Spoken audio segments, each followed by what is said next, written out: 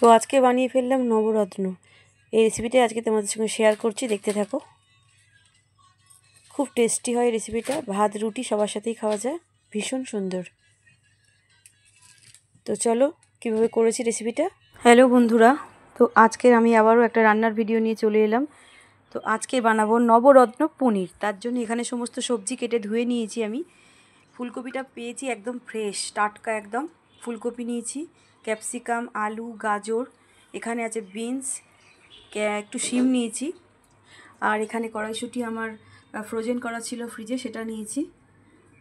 আর পনির নিয়ে নিয়েছি, আমুলের পনির। এর মধ্যে কিন্তু পিস পিস করেই কাটা আছে। তো পনিরটা আমি জলে একটু ভিজিয়ে রেখেছি, একটু ঠান্ডা ছিল বলে। আর এখানে আমি কাজু, চালমগজ, পোস্ত, কিশমিশ পেস্ট বানিয়ে নিয়েছি। আর এখানে টমেটো, কাঁচা লঙ্কা, আদার পেস্ট করেছি। আর এখানে বাটার নিয়েছি, ঘি নিয়েছি, গরম মশলার গুঁড়ো আছে, গোটা গরম মশলা, তেজপাতা, একটু মিষ্টি নিয়েছি। আর এখানে যা যা লাগে মশলা, নুন, জিরে গুঁড়ো, কাশ্মীরি লঙ্কার গুঁড়ো, ঝাল লঙ্কার গুঁড়ো, ধনে গুঁড়ো, এখানে আছে গোলমরিচের গুঁড়ো, একটু হলুদ গুঁড়ো। আর টক দই নিয়েছি।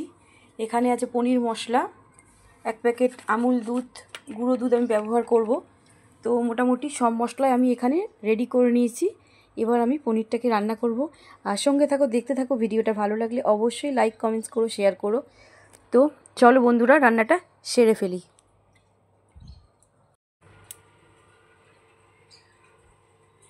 কড়া গরম হয়ে গেছে, আমি কড়াতে সর্ষের তেল দিয়ে দিয়েছি। এবার আমি পনিরগুলোকে ভেজে নেব। পনিরগুলোর উপরে আমি হালকা একটু নুন দিলাম।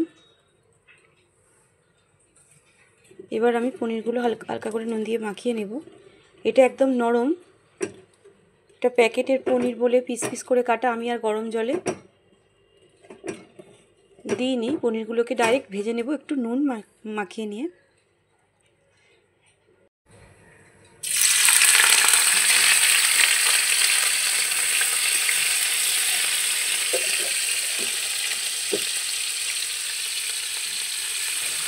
পনিরগুলো খুব ছোট ছোট করেই দেখলাম কাটা। আমি এই পনিরগুলো ছোট ছোট কাটা, কিন্তু অন্য সময় পনিরগুলো যখন আমি পিস পিস করি, এগুলো কাটা আছে তাই এত ছোট করি না। এই পনিরটা দেখছি খুবই ছোট করে কাটা। এগুলো আমি একসাথেই সবগুলো ভেজে নেব।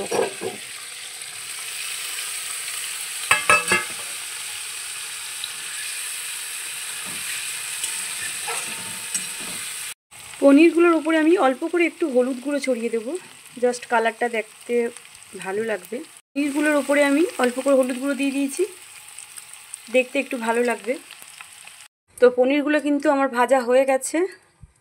এবার আমি এই কড়াইয়ে একটু তেল দিয়ে দেবো। তেল দিয়ে বাকি সবজিগুলো আমি আস্তে আস্তে ভেজে নেব। একটু সাদা তেল, সর্ষের তেল মিশিয়ে দেব। আর আমি দেব এখানে একটু বাটার।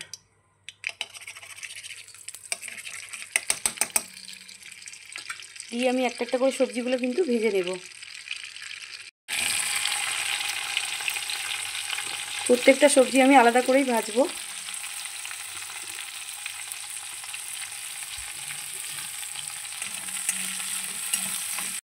এইভাবে আমি সব সবজি কিন্তু ভেজে নেব একে একে। সবজি কিন্তু দেখো ভাজা হয়ে গেছে, সমস্ত কিছু ভাজা হয়ে গেছে। এবার আমি কড়াই কিন্তু তেল দিয়ে গোটা গরম মশলা আর তেজপাতা ফোড়ন দেব, আর একটু গোটা জিরে দেব ফোড়নে।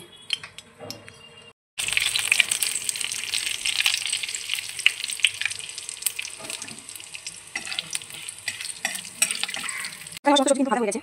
আর কড়াইশুঁটি দিয়ে ফোড়ন করেছি, অল্প একটু আমি সিদ্ধ করে নিয়েছিলাম। আর আলাদা সিদ্ধ করতে হবে না। এখানে আমি কড়ার মধ্যেই তেল দিয়ে গরম মশলা আর গোটা জিরে তেজপাতা ফোড়নে। এবার আমি কিন্তু টমেটো পেস্টটা দিয়ে দেবো। আর টমেটো আর কাঁচা লঙ্কার পেস্ট আছে, এটা খানিকক্ষণ আমি কষিয়ে নেব।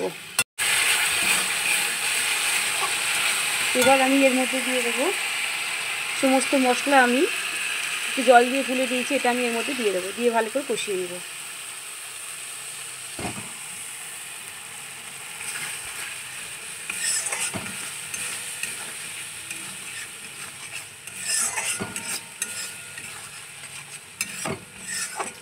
ভালো করে কষানো হয়ে গেছে। এর মধ্যে আমি সমস্ত ভাজা সবজিগুলো কিন্তু এবার দিয়ে দিলাম।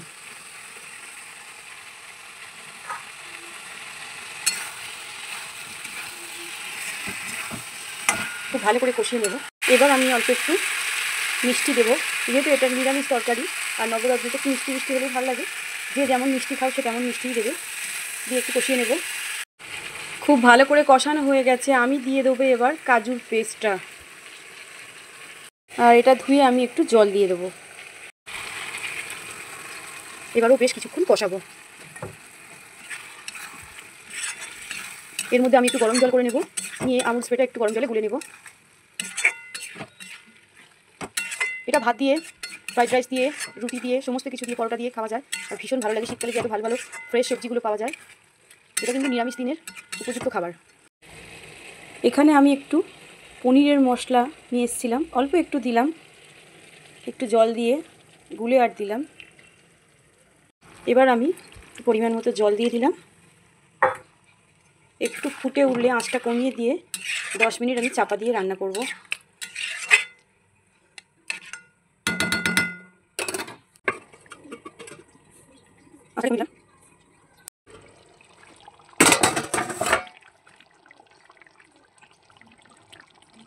সবজিটা অনেকটা সিদ্ধ হয়ে গেছে। এবার আমি দুধটা দিয়ে দেবো। দুধটা দিয়েও আমি 7-8 মিনিট চাপা দিয়ে রান্না করব।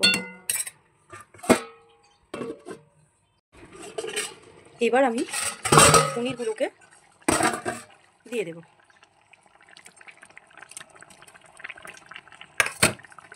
পনিরগুলো কিনলাম ঠিকই, কিন্তু ঠিক মনে হতে হলো না, কেন ছোটো ছোটো আর ভেঙে ভেঙে গেল। এর থেকে আমি গোটা পনির এনে পিস পিস করে কেটে নিই, তাও অনেক ভালো। পনিরগুলো দিয়ে ভালো করে আমি একটু কষিয়ে নেব। পনিরগুলো দিয়ে আমি আরও 6-7 মিনিট চাপা দিয়ে রান্না করব। হয়েই এসছে।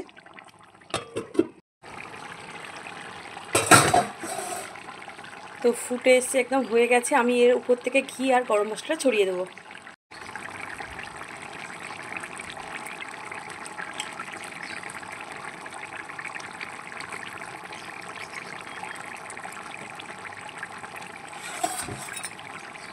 কমপ্লিট আমার নবরত্ন। তো কমপ্লিট আমার নবরত্ন। এরকমভাবে রেসিপিটা বানিয়ে নিলে অসাধারণ খেতে হয়। এবার অনেকে অনেক রকমভাবেই বানায়, আমি তো এইভাবেই বানাই। যদি ভালো লাগে আমার রেসিপিটা বন্ধুরা, তোমরা বাড়িতেও ট্রাই করে দেখো, খুব ভালো লাগবে। ভাতের সাথে, রুটির সাথে, পরোটার সাথে আর ফ্রাইড রাইস, মোটামুটি সবার সাথে খেতে এটা কিন্তু ভালো লাগে। আর শীতকালে বেশ সবজিগুলোও পাওয়া যায়, পুরো একদম জমে যায়। অসাধারণ হয়েছে দেখতে, আর খেতেও নিশ্চয়ই দুর্দান্ত হবে। তো ছেলেকে এবার আমি পরিবেশন করব। টাটা বন্ধুরা।